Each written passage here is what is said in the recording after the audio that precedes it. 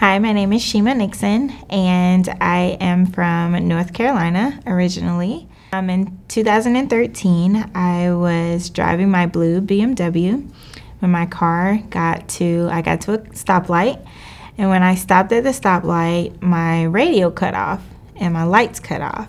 And I was like, oh, it's the battery. I'll check it really quick, get back in, and keep driving. So in BMWs, the battery is in the trunk of those cars. So I got out of my car and I walked to my trunk, and that's all I remember.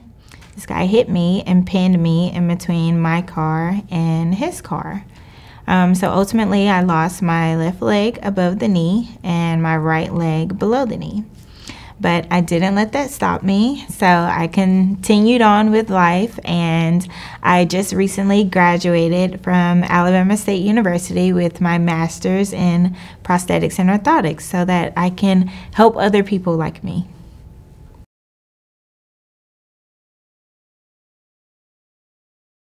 So I would say my first proudest achievement would be learning how to walk all over again, because I was 21 when my accident happened. So I pretty much, I'm gonna be honest, I went into a deep depression and I was very sad and I was down. But then I realized, hey, Shima, you can't stay in that place. You have to get up. You gotta keep moving. So I did. And once I started back walking, then I started back doing other things. I started creating more goals for myself. So I went back and I became a recreational therapist, and I taught other people how to integrate into the community, how to play adaptive sports. And then I went a step further and I was like, okay, I'm going back to school for prosthetics and orthotics. So now I can help not only with the mobility, but I can also help people know that they can go and do whatever they want to do in life. So yeah, so it's just, I have so many great moments that I can't narrow it down to one, but I would say those are my top three.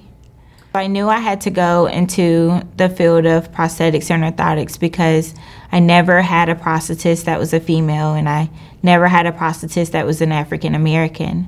So I knew I had to go into the field, and when I graduated, I became the first African American with bilateral amputations that became a clinician. So honestly, that was an honor for me.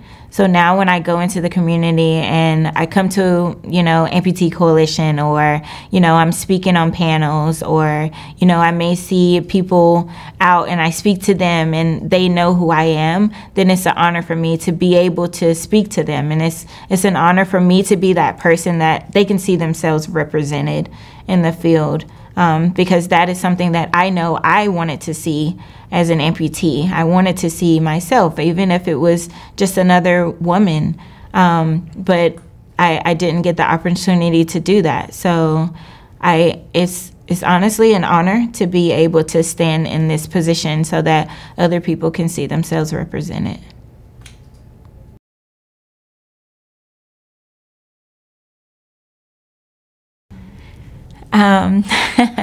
If I could give advice to a new amputee, I would most definitely say right now it seems like it's hard, but when you're 5 months down the road, you're going to be able to look back and say, wow, I did all of that.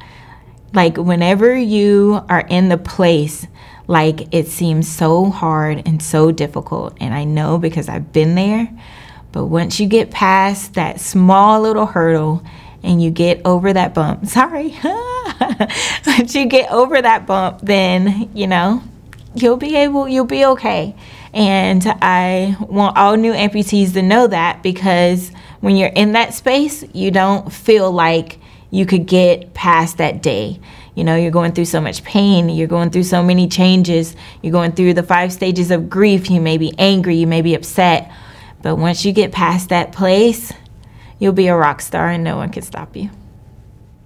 Find another amputee that has gone through what you've been through. Let them be your peer visitor, right? And then they will encourage you and tell you things that they've tried, painting, coloring, different things like that, to get you into more of a positive mindset. And like I said, once your mindset changes, your body will follow you. I want people to look at their own life and say, okay, what can I achieve? I know Shima is a bilateral amputee. I may be a bilateral amputee. I may have 3 amputations. I may have 4, but there's something that I can do, right? And it's something, you know, our life doesn't end because we have amputations, but it's just different now. So you can continue on, and you can continue to do whatever you want to do in this world. You just have to do it a little bit differently.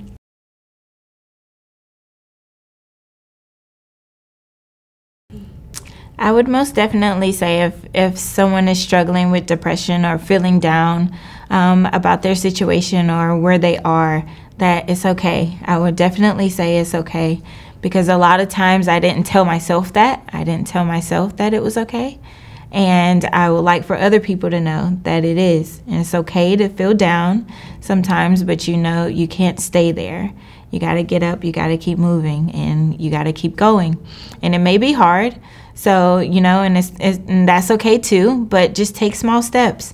Just wake up one morning and say, okay, today I'm going to get in my wheelchair. And then that's your goal for today. And then the next day, get in your wheelchair and go sit on the couch.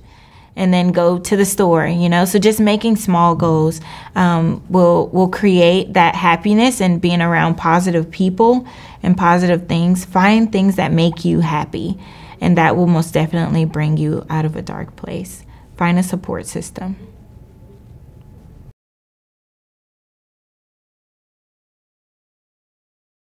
And that was my first time being on the Hill, so that was honestly an honor to go into, you know, all of the offices and be able to share my story and get them to sign on to the Medicare Act bill. So, you know, that, I mean, we're still working. It's a lot of work that needs to be done, but, you know, it takes those small steps, right? And it takes a lot of people together. So if I join in and I tell other people about it, then they're like, okay, I want to join in too. And they start, you know, and it takes a team effort. So a team, that's how we get it done. It's okay if you don't know anything about policies, right? Because I didn't know anything, but just going out and just going with your story and what you experience. And that's how, you know, it starts. Because you don't need to know, you know, all the laws, all the bills and the bipartisan laws, and, you know, you don't need to know all of that things. And whenever you go, there will be someone that knows a little bit more than you, and then they can teach you things, right? So I just say, just take whatever you have, which is your story.